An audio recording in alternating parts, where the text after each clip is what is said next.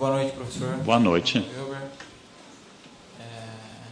Paulo, escritor bíblico a quem eu muito admiro, escreve um aforismo: aprendi a estar contente em toda e qualquer situação. Ele conjuga o verbo aprender, né? E esse aprender do contentamento, da felicidade, eu acho que é um contraposto muito importante à inveja. Sem dúvida. Porque Paulo tem uma vantagem sobre mim enorme. Ambos somos carecas. Paulo sabia tecer redes, eu não. Mas Paulo tem uma vantagem enorme. Paulo acredita num sentido metafísico de tudo. Atemporal, anterior a tudo, e que estabelece que cada coisa que acontece, seu naufrágio, sua ida para Malta, sua chegada a Roma, sua queda a caminho de Damasco, tudo tinha um plano obscuro por um certo caráter meio Parkinson de Deus, que escreve certo por linhas tortas. Tudo tinha sentido, tudo tinha destino e tudo tinha vetor. E vou lhe dizer, mais uma vez reconhecendo, mais um espaço de inveja. Eu já disse isso para todos que me conhecem. Eu invejo genuinamente quem tem essa crença. E gostaria muitíssimo de tê-la. De que se hoje eu perder minha perna, estava no plano de Deus e vai ser melhor para mim. Se amanhã eu virar um favelado, isso é o melhor para o meu progresso. Se amanhã eu me descobrir portador de uma doença mortal, um aprendizado para caminhar para o eterno. E que tudo posso naquele que me fortalece. Eu gostaria de dizer essas coisas um pouco de caminhoneiro e um pouco sábias. Eu gostaria de dizer ao meu Deus, não que eu tenho grandes problemas, mas ao meu problema que eu tenho um grande Deus. Essa é boa, essa é ótima. Adoro essa. Essa é de caminhão. Essa é de caminhão. Eu acredito que, e agora sem nenhuma ironia, o que é raríssimo. Eu acredito que quem é portador de uma fé genuína, que acredita mesmo nisso, tem algo que é extraordinariamente notável. E é um privilégio sobre todas as pessoas. Imaginem, por exemplo, alguém que de cepa católica acredite-se portador de um anjo da guarda. Um personal angel. Alguém que está com você todo o tempo lhe protegendo. Dia e noite. Em todos os momentos, e segundo a crença católica, lhe acompanha ao purgatório. Imaginem alguém que lê o texto Pegadas na Areia e acredita que nos momentos mais graves foi carregado no colo. Esta é uma bênção absoluta. Quem riu vai para o inferno, gente. Essa é uma crença absoluta. Eu ouvi gente rindo, vai para o inferno.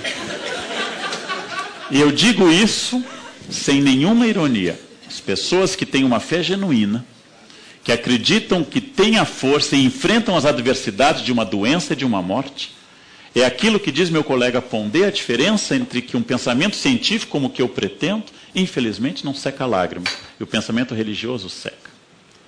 Se eu frequento um velório de uma pessoa que perdeu o filho, e eu vier com uma reflexão científica, eu só aumento a raiva. Seu filho era uma unidade de carbono, as unidades de carbono tendem a se decompor na Terra com o tempo. Inclusive a senhora também apodrecerá em breve, porque é científico. Nós somos seres limitados e todas as funções vitais tendem a entrar em colapso com o tempo. O seu só foi antes do tempo, mas vai acontecer com todos aqui. Agora durma bem, senhora. É provável que esta ideia científica agrade pouco.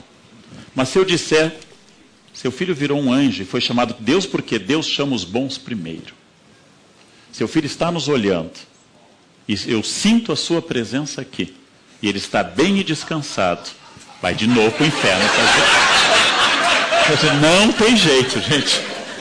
Não tem jeito.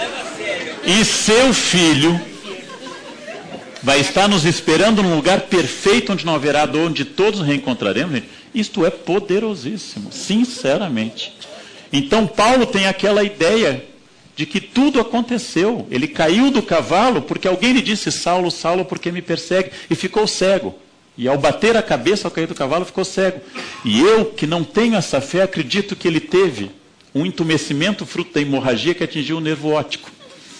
E quando esse derrame provocou pressão sobre o nervo óptico, ele ficou cego. E quando... outro que vai para o inferno. E quando ele diminuiu essa hemorragia, ele recuperou a visão. E ele passou a pregar. E convicto enfrentou Pedro em Jerusalém sobre a necessidade de cumprir. E quando foi decapitado na porta hóstia, quando foi decapitado e sua cabeça pulou 3 vezes, até se transformar numa fonte, onde hoje é a linda igreja de São Paulo Forel Mura, ele acreditou ter cumprido integralmente uma missão, que lhe deu sentido em todos os instantes. Então, quem tem esse tipo de convicção, gente, não escute o Leandro. Vá em busca dessa convicção. Se tiver outra notícia depois, me traga essa notícia e mande algo dizendo assim que estava certo. E de fato eu concordo com você. Paulo pode acreditar nisso. Tudo posso naquilo que me fortalece. Mas quem pode me enfrentar se eu tenho ao meu lado Deus? Que coisa pode ser ruim para quem tem Deus ao seu lado? Tudo tem sentido. Tudo tem sentido. O grande problema é que algumas pessoas, entre elas eu, não acreditamos nesse sentido. Este é um grande problema.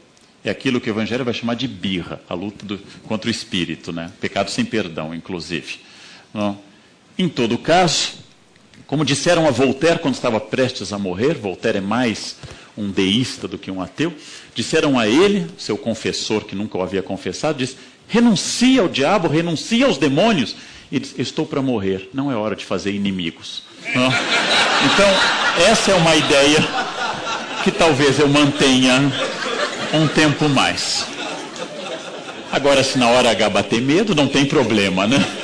Tudo posso naquele que me fortalece. Tudo bem. É demoníaco pensar isso. Então, outra questão, mantenha a sua fé. Mantenha a sua fé. Não ouça esse tipo de gente cínica como eu. Mantenha a sua fé. Força. Jesus loves you. Outra questão.